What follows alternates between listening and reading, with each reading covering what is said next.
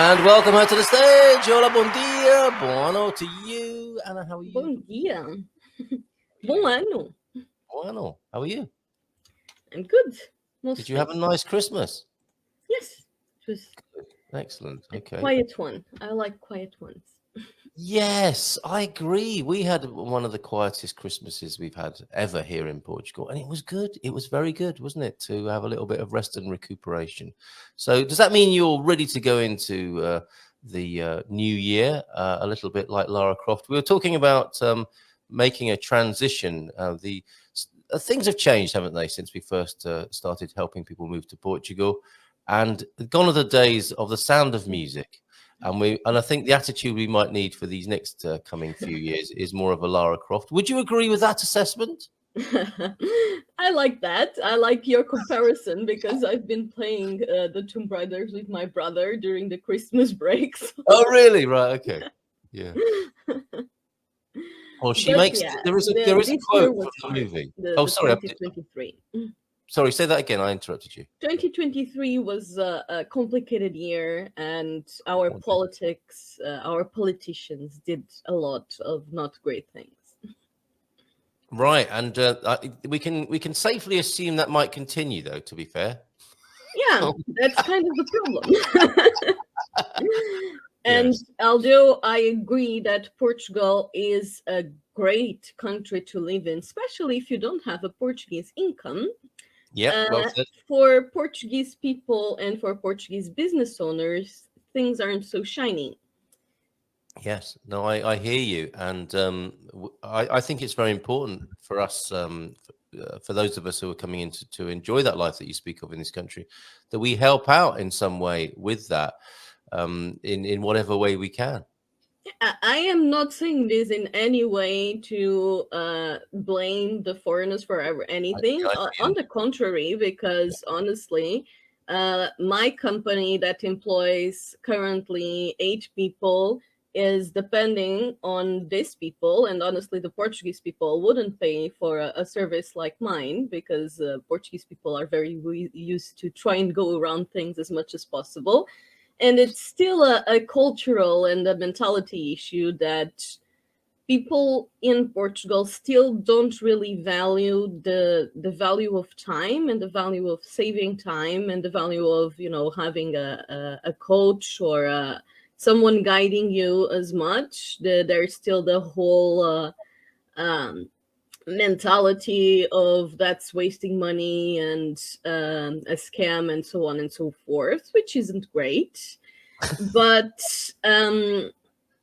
like I was saying, I'm employing 8 people thanks to the expats who are moving here.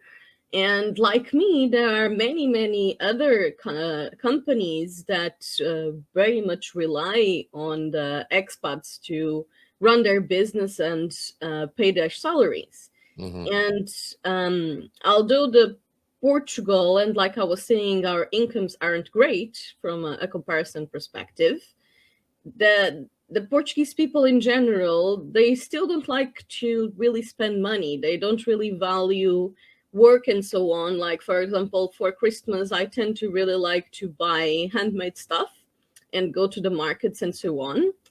And sometimes I go to these markets and I find some of the pieces extremely cheap, and yet I constantly hear Portuguese people complaining that they are very expensive. Like they really have no thought into how much hours of work, how much the material costs. Mm-hmm. It's still a bit of a lack of education, because it's a bit of if you tell them that the materials cost €5, they expect you to sell it for 7. They don't really think about everything else that goes into making a product available. And that can be very frustrating for a craftsman and a business owner and so on. And for me, that doesn't affect as much because, like I was saying, I don't really work with the Portuguese market. But what is affecting me quite drastically is the very unsustainable amount of taxes that I pay as a business owner and as a business. So to give you an idea, this year I paid 45% taxes on my business income this year.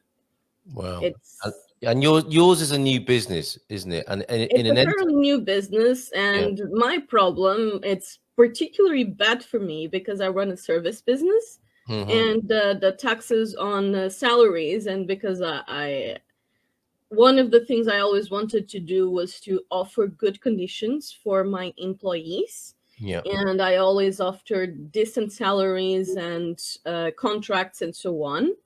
And Yep. that has a very high cost. Yes. Yeah. I've been tracking my finances and so on.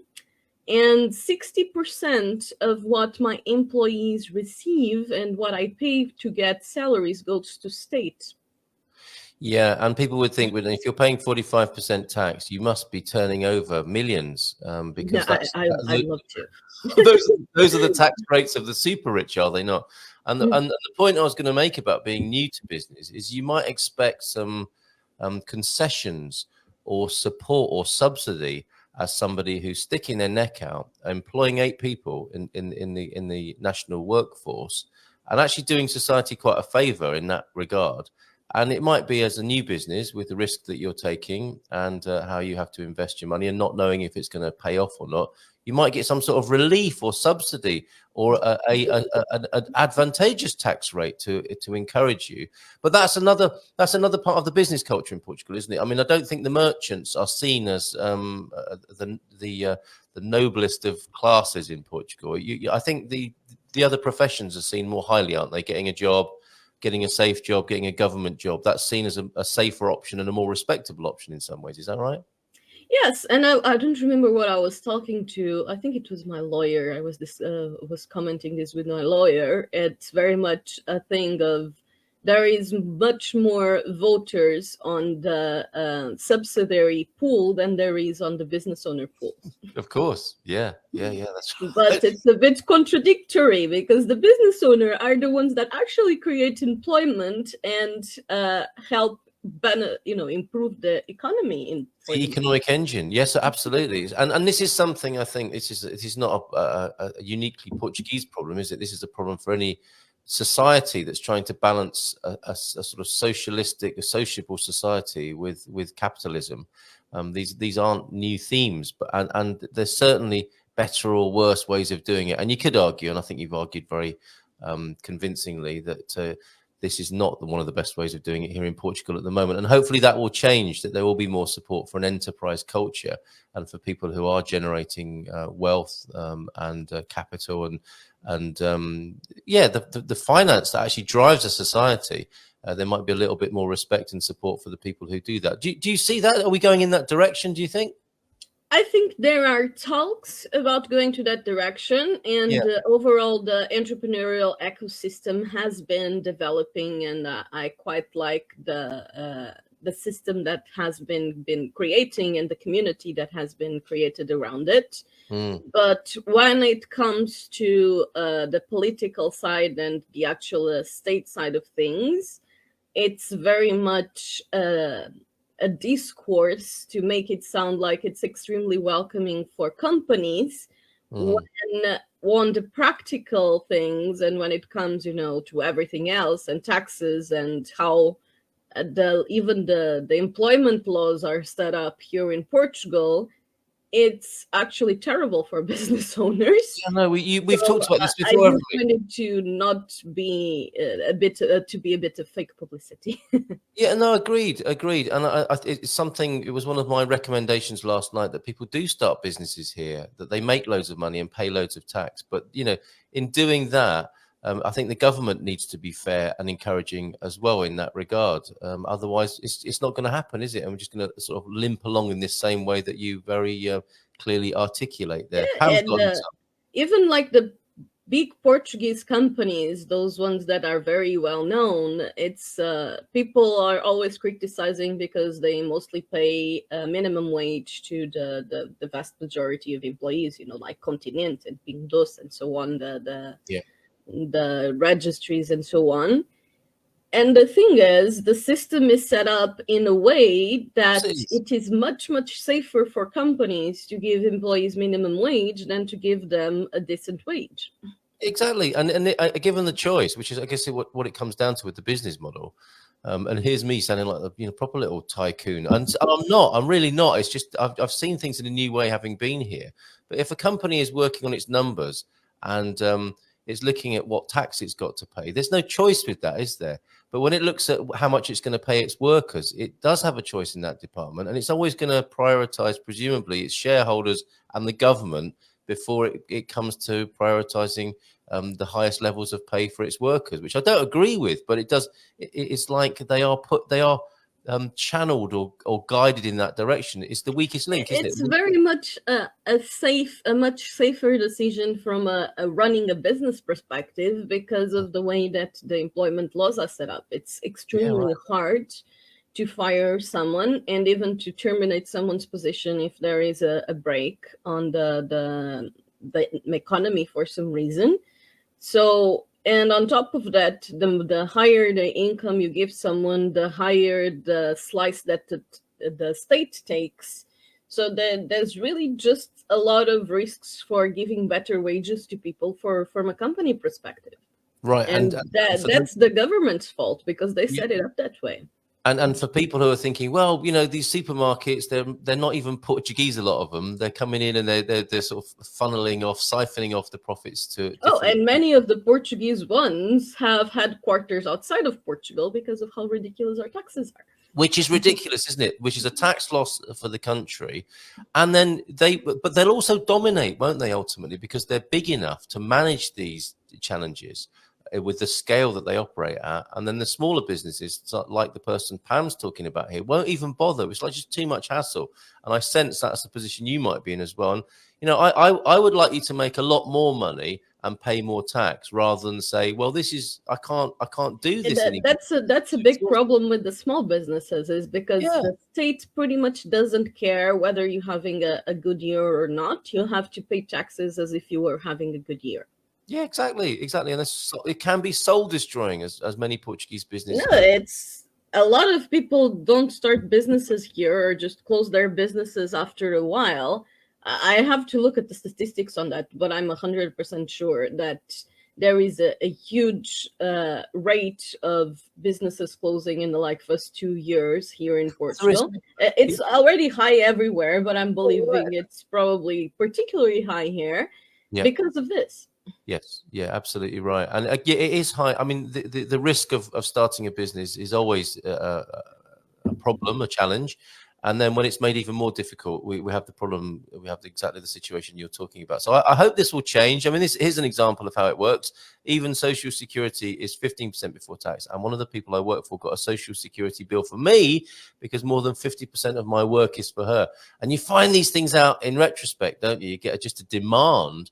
Many of the Portuguese workers, they have no notion of how much a company pays for the state for their work, because I find it very disproportional. It's like I pay the state as much or even sometimes more than my employees receive for the work they do. Which is ridiculous, isn't it? I mean, that's not a good thing, and we need to be part of evolving that into something a little bit more functional. The more money you earn, the less you pay. I mean, that's a truism for sure, isn't it? One of my oldest friends is a tax lawyer. Look at the failed businessman Trump, paid less tax than all of us by failing. And that's a thing. Like, it is better to keep your business as not profitable to pay less taxes from a business perspective. Right, and you need to be able to be moving in certain circles, don't you? And to be able to afford decent accountants to minimize your tax bill. And not many people are getting to that point in the first place. They're just getting it depends on the type of business. Because, for example, for my business, it's very hard to do that because I work very much with international payments and digital payments and so on. So it's very easy to track everything. Mm-hmm. And on top of that, the business expenses that I have are like lawyers, engineers, and then the basic services like Google email, phone services. And I don't really have a lot of extra expenses beside that. I may have like a hotel or restaurant sometimes when I travel.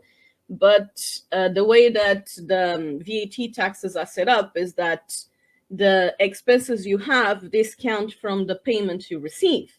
And Yes. because I don't really have that nearly as much expenses as I have payments, I pay a really, really high amount of tax. Yes. Yeah. And Pam saying again, another person I work for was receiving random social security bills for an ex-employee months after he left. Yeah, because the admin is pretty slow as well, and you find out about these things Yeah, months. I got a notification in December saying that I paid my tax wrong in 2020. Yeah. Right. And I'm like, really? Now you tell me? Yes, yeah, exactly. Yeah, these sorts of things can ruin your day and also affect your motivation moving forward and running your business. But to onward and upward, I think we do need to, this is exactly what I was talking about last night. We need to work together to get through these problems and lobby in the right places and push for better government in this regard and better understanding. Because what happens at the moment, I think, is the politicians who don't really care about this necessarily, apart from making it sort of political sloganeering, have got the people fighting each other, haven't they, on the front line? You know, if you go to Finances and you say, look, this is going to put me out of business, the Finances person is just going to shrug and say, well, I'm going to get paid anyway. I'm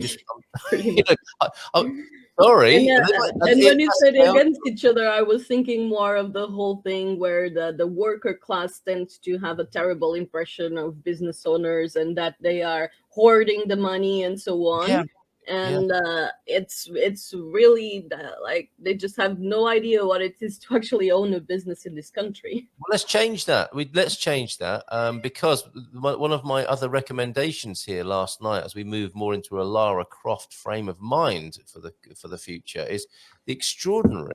I mean, just to put this into context, Julie Andrews in The Sound of Music would have said, you know, if you've got a problem, just sing a song.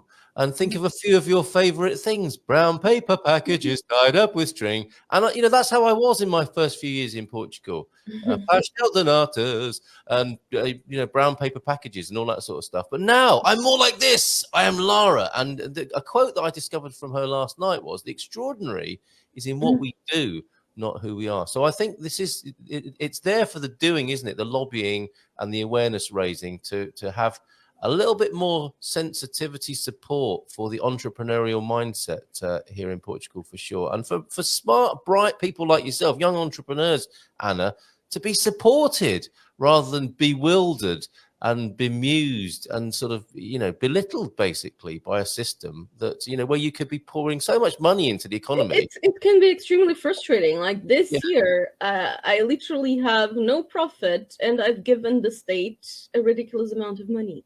But I'm sure they didn't. Did they not send you a Christmas card? At the point you just look at things and it's like, why am I working so hard? Why? I totally get it. But the president or the prime minister did call you and thank you, didn't they? Yeah, I'd love that.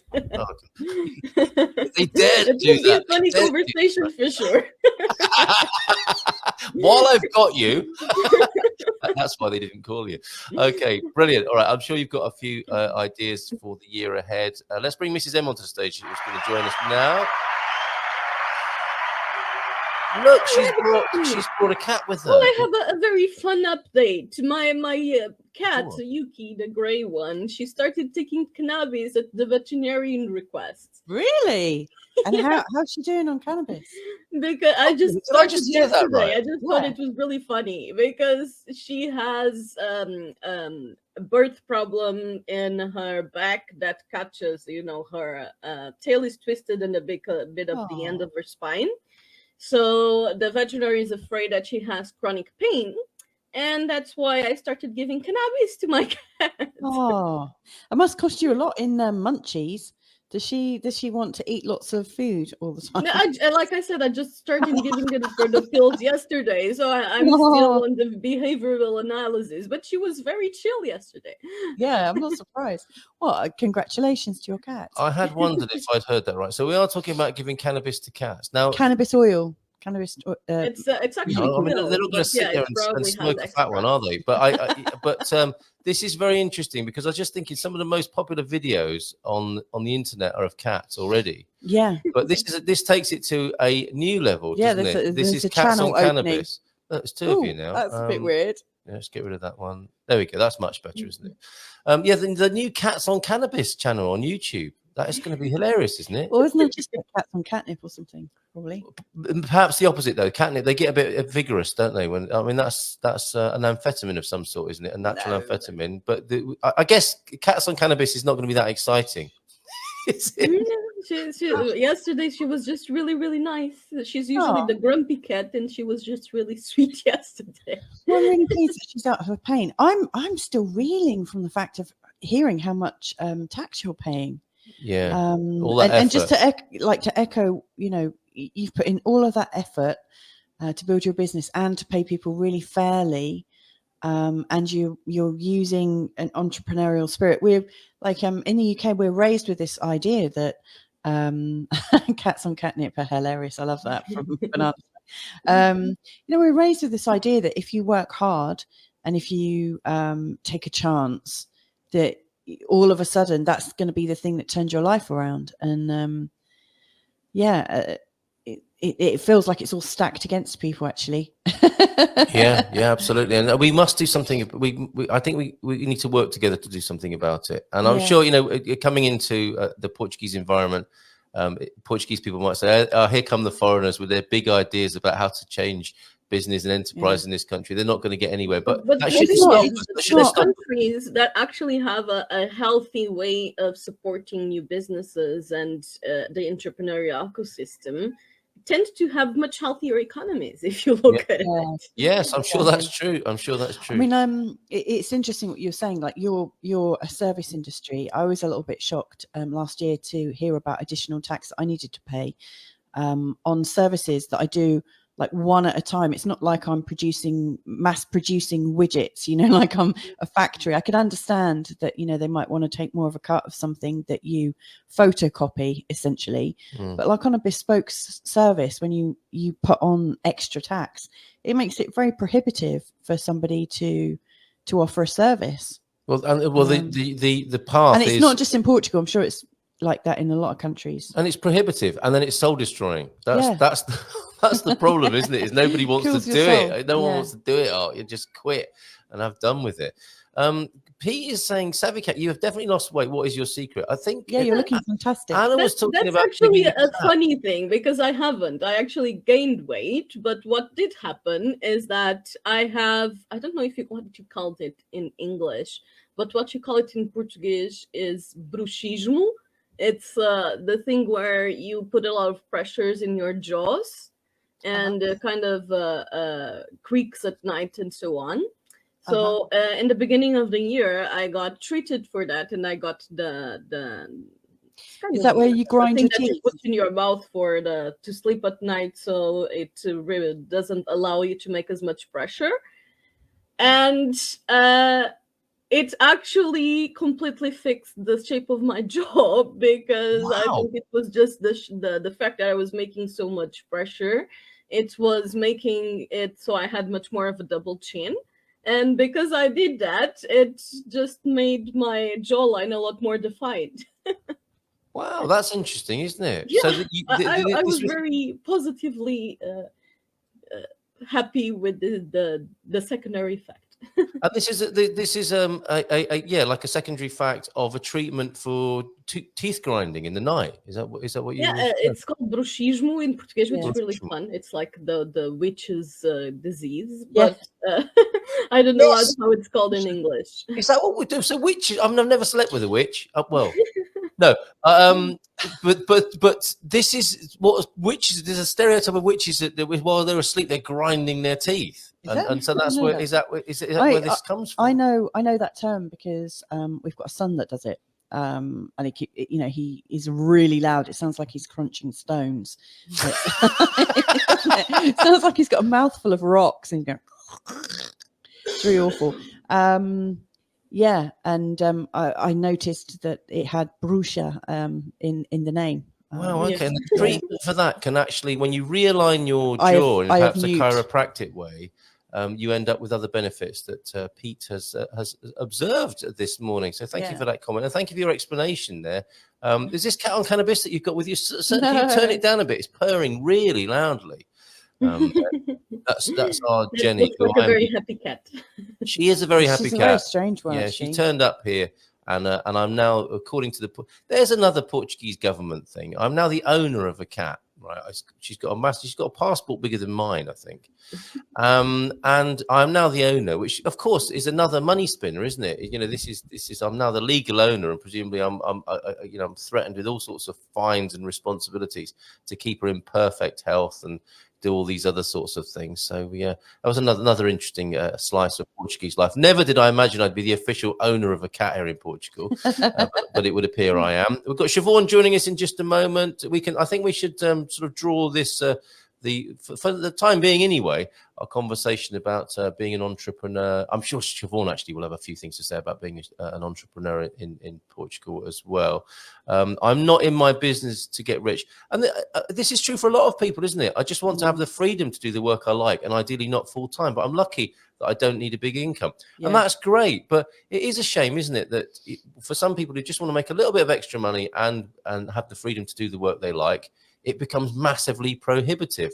Another aspect of it, thanks for that, Pam, another aspect of this is, of course, why Portugal has such an unofficial and massive black economy as well, because these things aren't dealt with in a fair way, you could argue. And an alternative Lara Croft quote, because we're talking about Lara Croft this morning. Sometimes I aim to please, but mostly I aim to kill. It's not a quote I'm going to be using, but thanks, Joelle. Well, you definitely look slimmer savvy. That is really cool. Pete's basically just angling for some tips on how to lose weight. Cannabis, he says, usually has the opposite effect on my weight.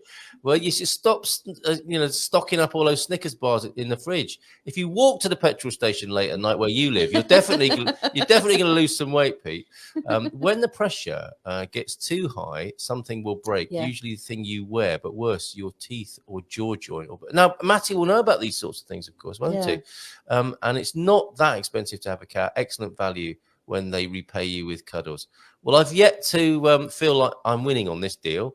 Well, actually, about being expensive to have a cat, lately I've been looking at the smart gadgets that they have for cats now, the smart litter things. And because my cat's kids, especially one of them, really likes to eat the other one's food. And now there's these bowls that have the microchip tag and don't allow it to eat for the other. And those things are damn expensive. They are. It's like pharmaceuticals. The vets know what they're doing as well, don't they? For heaven's sakes. It's called brugism in English. And then it's quite silly. There you go. We learned something that we didn't think we'd be learning. Let's give her a nice big round of applause because she's joining us on the screen now. Siobhan is joining us. Morning. Good morning to you. In your Happy New Year.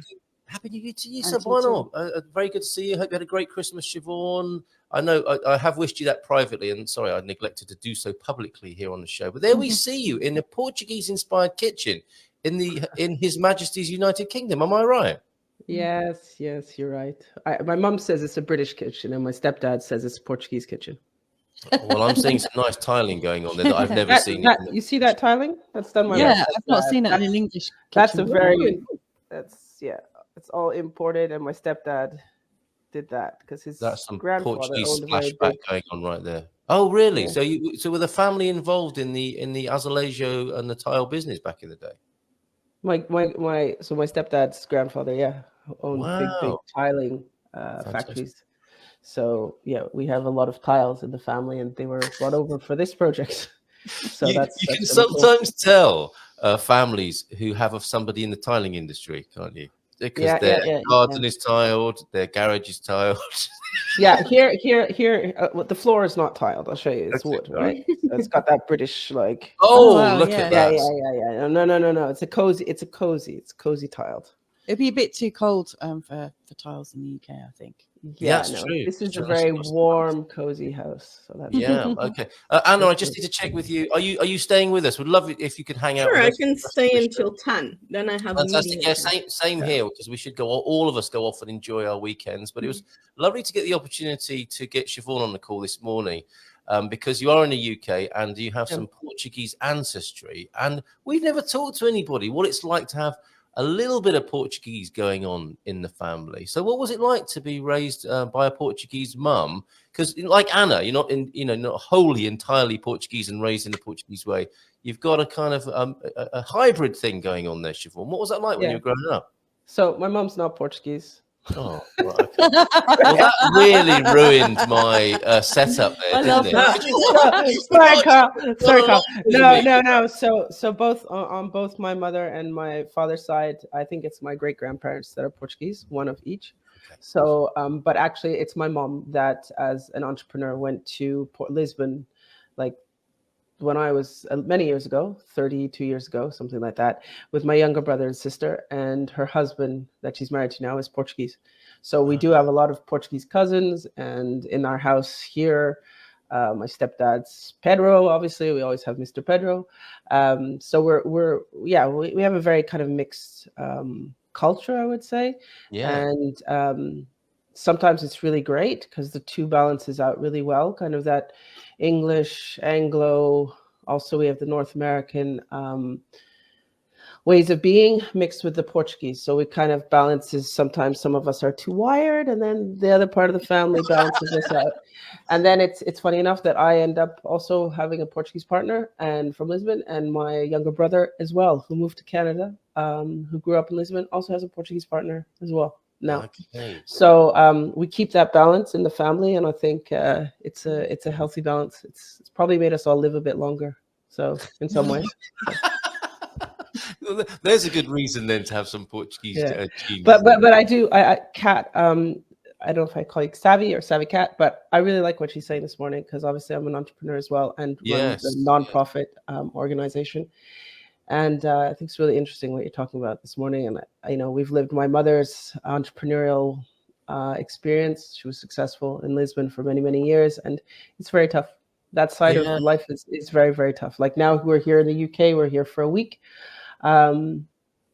You always have to remind yourself why we're in Portugal, what we love so much about it, what's our mission, how strong are we to go through with everything.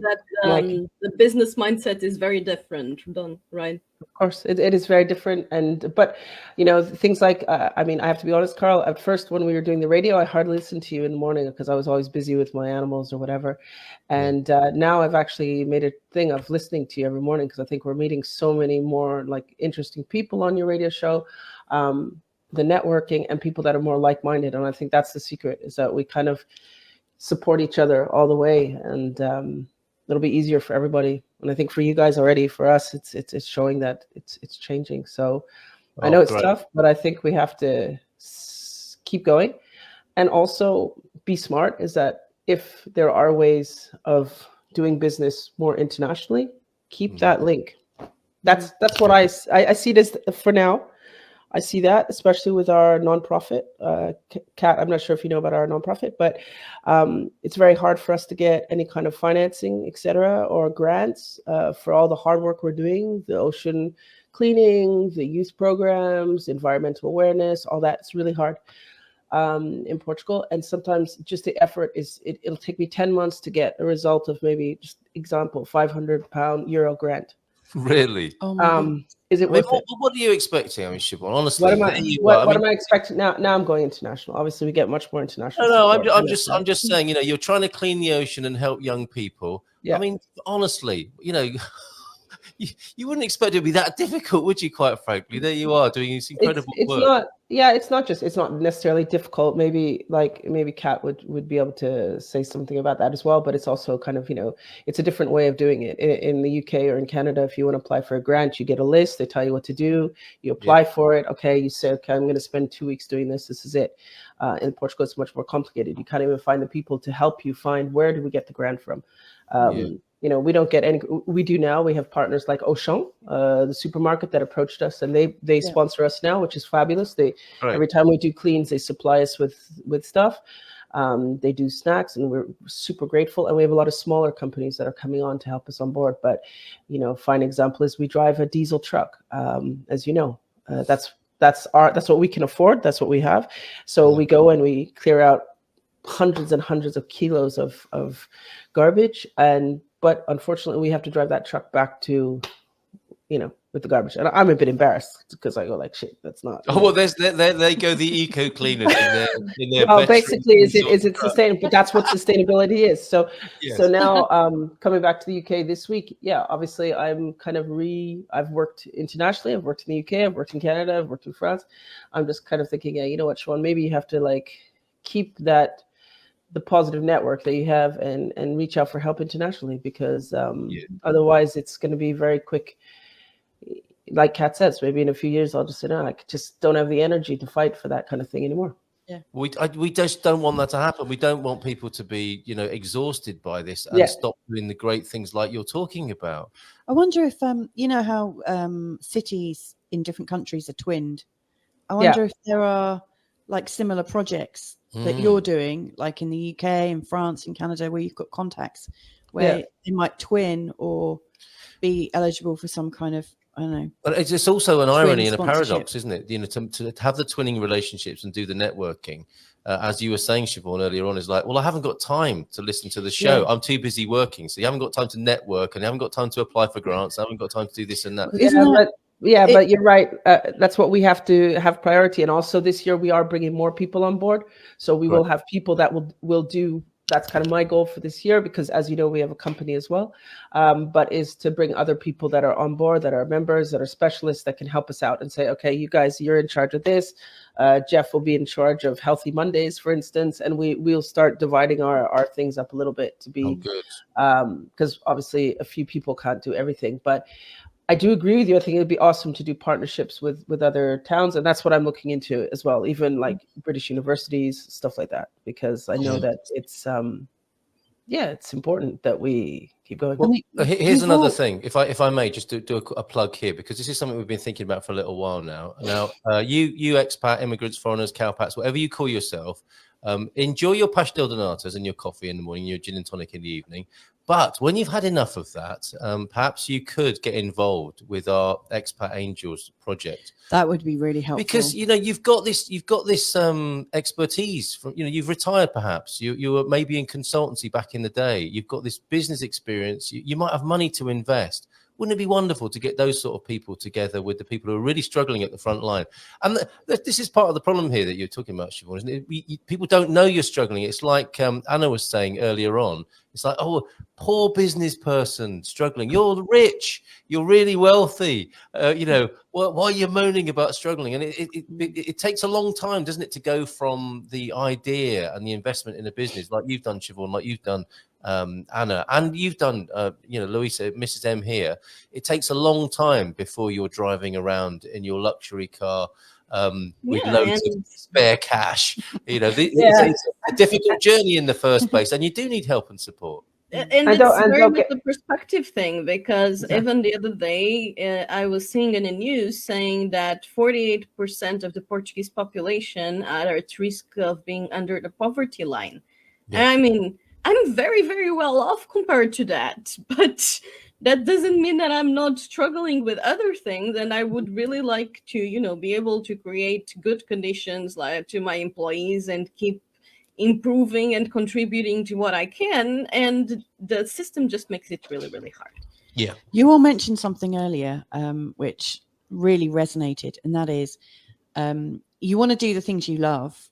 And often you have to do a lot of administrative stuff to be able to get the funding or do this or do that and the other. And in the end, usually what happens is you end up doing not what you love, but you have people helping you doing the things that you love, because you're having to do a load of donkey work to be able to do the flipping business that you wanted to do. Yeah, that's familiar, isn't like it? Most people, I don't know, it's just crazy. Like when you want to make a business out of something that you're really passionate about, you often end up not doing the thing you really want to do. And I don't think that's recognized enough. And why should you also be like whopped, across the face, like a massive tax slap? Yeah, but it's funny that's often the first thing that is sacrificed, isn't it? Yeah, your vision. Not the vision, the things that I actually like to do. Yeah, right. Yeah, but the millions you're making make up for it, right, Mrs. M? Yeah. Yeah, that's right. Yeah, I mean, Siobhan, you've actually seen the car we drive around town, haven't you? Yeah, you've seen ours. Yeah, I know. That's why I say we're very similar. And that's why. But at the same time, I don't care about driving a big car or anything. You know, that's not my thing. I just have to have something a bit more that doesn't have this big black smoke every time I accelerate up the hill coming out of my book. But with all the stuff we've cleaned off the beach in the back. Yeah, exactly. That's exactly what happens. So it's just sustainability. But listen, for the new year, we'll just. I don't know. I think we have to stay positive and see positive things in life, because at the end, life's too short. So make it work the way you can. And I promised that you guys will see my horse back on the beach, because the reason I moved to my land was so I could ride my horse during the winter on the beach, which I'm allowed to do before it goes haywire. Online until the summer season, and so as soon as I get back, that's what I'm back to doing. It's riding. Wow, we've seen horses being ridden on the beach, and it's utterly breathtaking. Well, can I just make a little note here with you for the Englishman, the Irishman, and meeting the lady with the Portuguese mum, but Portuguese grandparents. I thought we were going fishing. We are going fishing, but I've got to see Bobby. I've got to see Bobby on the horse galloping across Celio. Oh, no, it won't happen. Really? Why's that? No, I know this is terrible. I've been offered even money for this, Carl. I don't let anyone ride my horse across the beach unless they really know how to ride horses. Oh, Bobby definitely knows how to ride a horse. He's Irish. It's just natural. He's Irish. He'll definitely know how to ride a horse. You know, I was thinking. No. My horse is not a machine. I'll let him a motorbike if he wants. Okay, that'll do. Don't tell him though, right? Don't tell him. We'll just set that immediately when you were talking about your horse on the beach, I was thinking, like if you've got donkey, do donkey rides on the beach. People pay for that. I'm already ahead of you. I'm thinking of picking up the manure and selling it as well. Although I hear seaweed as well. Here in Portugal, there's probably already somebody thinking about clearing up the manure and selling it at the bottom of the garden, right? This is very entrepreneurial. You know that anybody. That's the bonus about joining our nonprofit association. Is that you get free horse manure as much as you want for your garden, and there's no chemicals in it. Yeah. How about that? That's an offer. That's an offer you can't refuse. Big bonus, you know what I mean? It's a massive bonus. Look, I rode a horse one time, says T-Duck. A duck on a horse. We went on the beach. It was terrifying. We got the video. Can we see that, please? Pam, this is a great networking moment, and feel free to do this. You know, as everyone I think is agreed in saying, we need to help each other. Yeah. My business is doing the admin for small businesses so they can concentrate on their passion. Wow, there you go. So we need your details, Pam, and I need to actively promote you. Can I just remind people, and maybe come on the show and talk about it? Can I just remind people that the cost of living crisis, the preponderant nature of car, house, and other loans over many years among the Portuguese are causing a lot of stress. Be a listening ear. Well said, Pete. Thank you for that. And a kitty. I've got two of my own, says Rui, who's been distracted. We're talking about big business here, Rui. And he's like, a cat. Beatrice and Philip, plus a couple of neighborhood cats that come to visit. They seemed a bit neglected and emotionally distressed. So we feed and calm them. They're just working you. That's what cats do. We've got 3 for that reason. Yes, exactly. By that very decision that we made. Do you know they've got a cat training school, right? Stray cat training school. And they go on a sort of boot camp thing and they starve themselves for a few days. Yeah, and they ruffle up their hair and they dab some Vaseline around their eyes to make it look like they've got an eye infection. Yeah. And then they're outside. They say, okay, you ready, lads? Yeah, let's get outside that house. Well, bingo, door opens, in you come. That's it. We'll take you to a vet for a checkup, but we'll get you everything you need and fatten you up. Hey, Carl, a funny cat story, really fast. Do you have time? Yeah, of course, yeah. So you know that we're not an animal rescue, but we rescue a lot of animals. Yeah, what I mean, right? So we're up to 6 cats, but 2 of our cats went missing, and I was really upset. I thought they got run over and all that kind of stuff, and they always get sterilized and all the best treatment and everything. Wally and ET. Anyway, long story short, my neighbor stole them because, bless her, she's an elderly lady and she lost her cat and lost her dog. They both died. And so she's kept seeing mine walking across. So she just bought all the best food possible in the grocery store. Yeah, went into competition. And adopted my cats forcefully. And so now I have 2 cats living, and we say that's like a neighborhood kind of community action we do, because she has 2 cats for as long as she's going to live now. Yeah. But all on our Quinta cats. Hey? Yeah. I wonder if there's some funding for that. No, the old lady. You've got kitty outreach. The old lady sent Siobhan a bill. Yeah. She did come to me when she thought the cat really disappeared, and she was like, "I don't know. Have you taken? Has your cat come home?" And I'm like, "You're coming. Okay, wait. You stole my cat. You're coming to see if my cat came home." So I went searching for the cat, but I promised her that I wouldn't feed him anymore. You see, I don't They think have a dog wouldn't do that so much. It's like, well, I'm just, thanks for making me well again. I'm just going to go and live with this old lady now who gives me fresh liver. Yeah, because at our place they were supposed to hunt. They were supposed to be hunting mice, and they didn't enjoy that life, so they went to gourmet everything across the street. Watch TV, they watch The Price is Right with an old lady and eat really nice food. Yeah, cats for you. What choice can I make today to create the life and living I desire right away? Yes, Bob, thank you for that note of positivity, because we have been complaining about the way the situation is, and we do need an injection, don't we, of positive thinking and energy with that. And I love Portugal mugs. Where is it? Here it is, of course. Yeah. We all need that. Don't forget that. Yeah. Yeah, and it is a matter of doing, isn't it? Love is a verb. You know, it's not a sort of consumer thing to love Portugal. Loving Portugal means actually going ahead and doing it. And I think part of the loving relationship is challenging things where they don't seem to be working so well and doing something about it, which I think we're beginning to do here on the show this morning. And do you want to hold up that cup again? Because that's, like you could give up, couldn't you, Siobhan? Yeah, no. And we won't give up. And we won't then give there's up. a new iteration, a new project. Something. Yes, we've got some. We won't give up. We won't give up. We don't have any reason to. No, we won't allow that. There's something we can do for each other, is to listen when it gets difficult and to not let each other give up, and find practical ways to support each other as well. There might be things. This is what I found when we've had our darkest times in business here.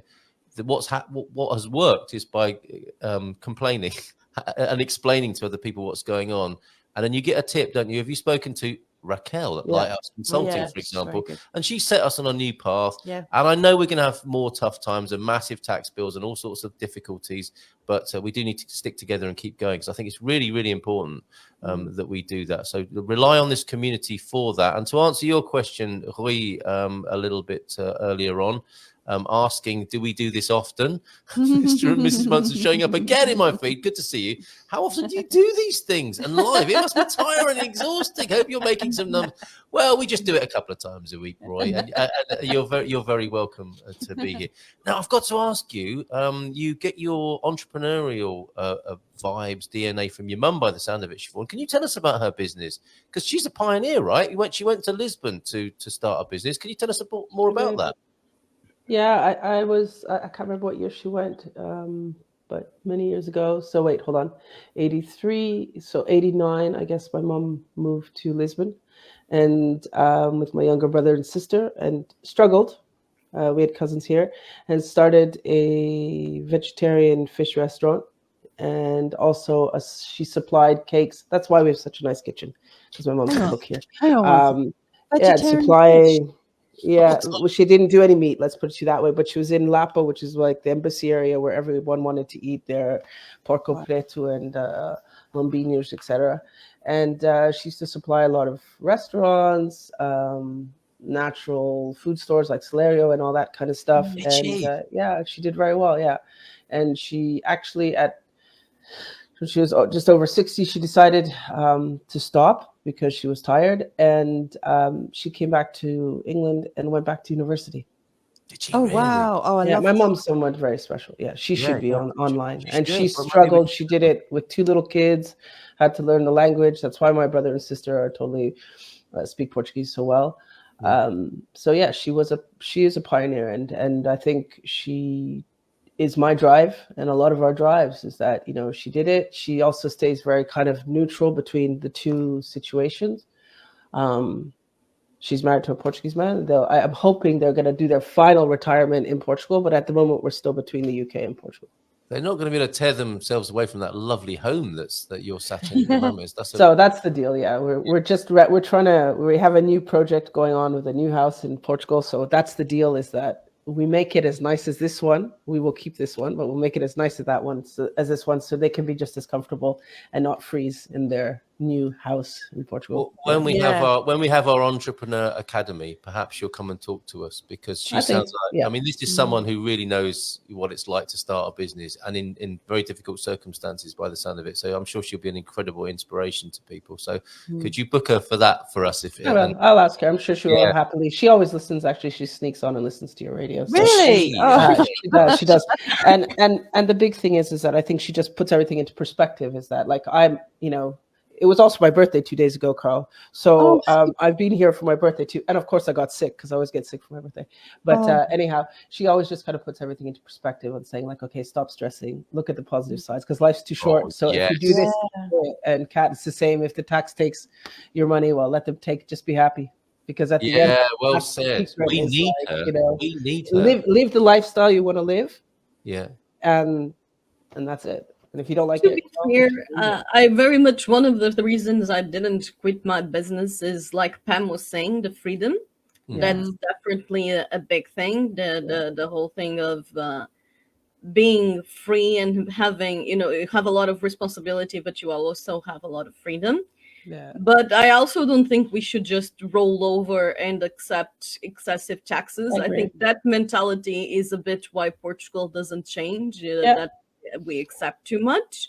And on a completely different note, today is my my grandmother's 88th birthday, so I'm taking fabulous.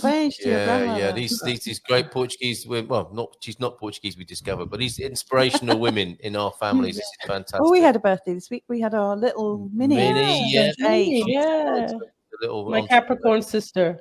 Yeah, I mean, we used to call her grandma, didn't we? She's when got she was a really grandmotherly young. energy. She's very bossy. Yeah, and parabéns to you, Siobhan, as well. So I hope you had a nice birthday, despite not feeling well. Apparently, getting older does make you feel a bit sick. Duck here. Sarah Yeoman, sorry to be late, but great to see you guys. Lovely to see you as well, Sarah Yeoman. Maybe there's an entrepreneurial opportunity around cycling around Portugal. I really like the idea of your expat angels, and if I'm not mistaken, isn't Bobby working on something to help people that want everyone I know is, in my mind, is working on some aspect of this. Well, like the whole idea, like people needing visas, and so lots of people have been, using the Willy Wonka golden ticket. Golden visa. The golden visa. It was never called the Willy Wonka visa, just so that everybody knows that. It was never called the Willy Wonka visa. You know what I mean? Yeah, I do. But if there's a way in by investing in somebody's business, I mean, that's true. There is that. Like matching people up would be very useful. Well, he speaks about it much better than I do, obviously, but this is an opportunity for people to come. So how do we get involved with that, Carl, the Expat Angels?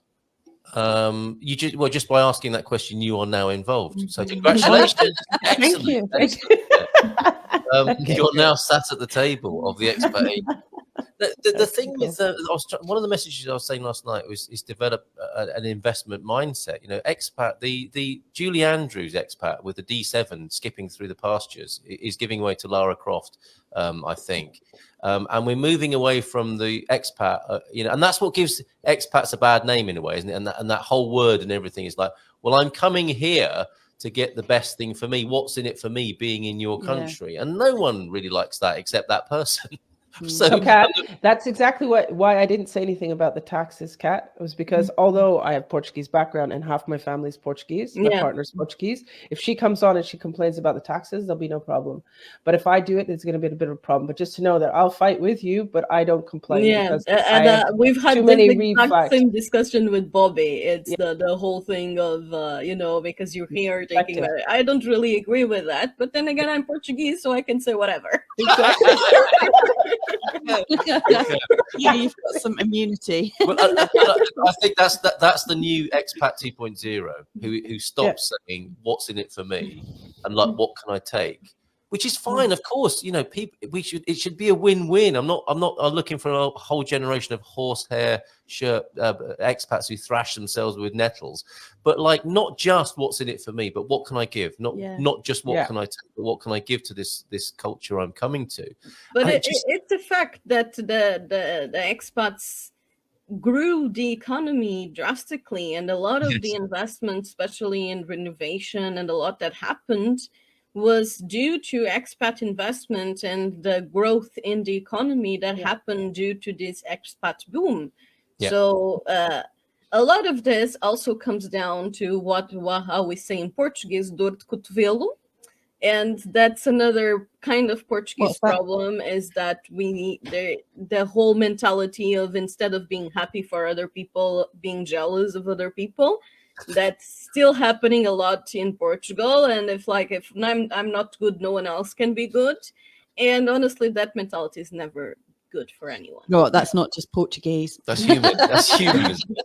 We have that in the UK too. Well, just to finish that note there, Mrs. M, that you asked me about, with the D2 visa, as you can see, top right hand corner there, you where the golden visa has changed and where the NHR has gone. There is now the re-emergence of the D2 visa, residency by investment. And again, it's not so much a retirement thing and like, what can I get? This is people coming to Portugal who are investing in their own business, or they could be investing in a Portuguese business. So there's a lot of scope and fertility, economic fertility around this, and viability. So on a note on that, I think a lot of businesses, like the whole expat angel thing, I think a lot of business, they don't just need money, they need support. Quite. Because if you just give money but the problems stay the same, that money is going to go away. But a lot of people, and that's something that is often lacking in the entrepreneurial ecosystem, is that there isn't enough support. And lots of people that, like they say in the startup industry, bootstrap, like I do, like it's pretty much just funding your own thing. We kind of just wing it a lot of the time, and it would be really, really great to actually have a support network. Yeah, well, it's happening. It is happening, and I think it's going to go from strength to strength. And it's like the times are almost prompting it and supporting it, aren't they? These are tough times, and so we're giving this opportunity to help each other and support each other in these difficult times. And I think it's best if we do it collectively. What is it? If you want to go fast, go alone. That's how it's been. But if you want to go far, go together. And that's certainly an ethic of this community, as everyone can see looking at this screen this morning. So thank you very much, Siobhan, for being here. Thank you. Savvy Cat. You can't go just yet though, because we've got the lies we tell our kids and the dad jokes to see you into Can I just say one more thing? What, you need to go before the dad jokes? Come on. No. Just I've met quite a few expats that have come to retire. Yeah. And I don't always think it necessarily suits them. Lots of people have this idea, in particular, like the baby boomers and early Gen X's. They've got this idea that when they get to a certain age, they're going to retire and life's going to be great.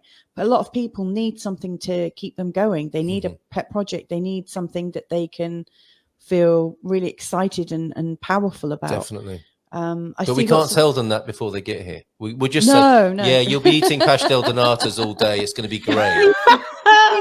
Could you imagine if you're able to commit to like an hour a day of advising people or helping? And we people? know, don't we? They're not going to stop But there. And there's a lot of people out there. Yeah, you've met a lot of the people. You have, yeah. We have, and honestly, like we have a few names I could say that if it wasn't for them, that's how we're on holiday actually this week, because we have a full farm back in, obviously, by the sea, by you guys. Yeah. If you see any animals running free in San Martin, we'll let you know. But it's obviously because of these friends. I call them friends. They're members of the association, but they've become such dear friends, and they're retirees that have come over and they're searching for something to do. They want to get involved with the network. And thanks to them, they've become an extended family to us, and they help in so many ways. And I'm so grateful for that. And I think there's a lot of people. We have a lot more people that are constantly asking how they can help. Kat, it could be in ways of like networking, finding more customers, all kinds of stuff. Because not everybody's like good at farming or good at gardening or good at whatever, or want to do that. But there's so many people that have an incredible, valuable baggage with them that can help out, and that want to help out, but they don't know where to go. Yeah. Well, a lot of people in this community are doing local things. They're all taking local action in different ways. And we need to know about it, because Siobhan, you're also faculty for Expats Angels, because you've made it work. You've shown people how to do this by doing it. Okay, I know you've got to go, everybody. So I don't know where your Halloween candy went. Lies we tell our kids. And Easter and Christmas. And yeah, sorry about that. While we're chewing it, in fact. I have to take a bite of your dessert to test for poison. Yes. I said that just yesterday. Yeah, excellent. And oops, the cashier must have forgotten to put your candy in the bag. I did that yesterday as well. A variation on that theme.